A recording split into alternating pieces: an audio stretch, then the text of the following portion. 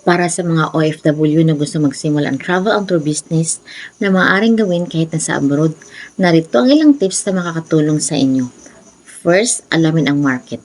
Mag-research tungkol sa mga sikat na destinasyon at mga travel trends na patok sa mga Pinoy. Pag-aralan ang mga patakaran. Suriin ang mga regulasyon at lisensya na kailangan para mapatakbo ng travel and tour business sa Pilipinas. Alamin kung paano ka makakakuha ng accreditation mula sa Department of Tourism o iba pang ahensya.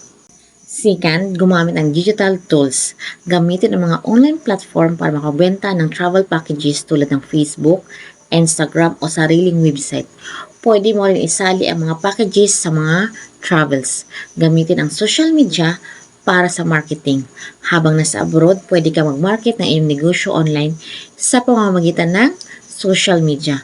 Gumawa ng mga travel blog o video na nagpupromote ng local destination.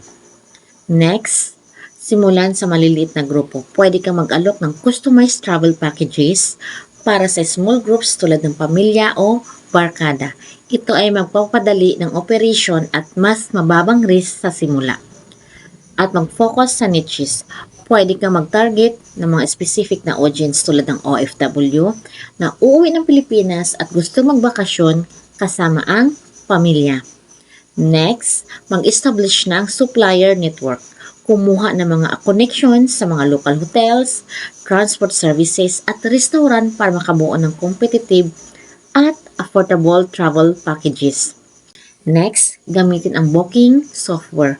Pwede kang gumamit ng online booking systems para mas mapadali ang reservation process para sa mga clients. Tiyakin na may online payment methods tulad ng GCash o bank transfer para mabilis ang transaction.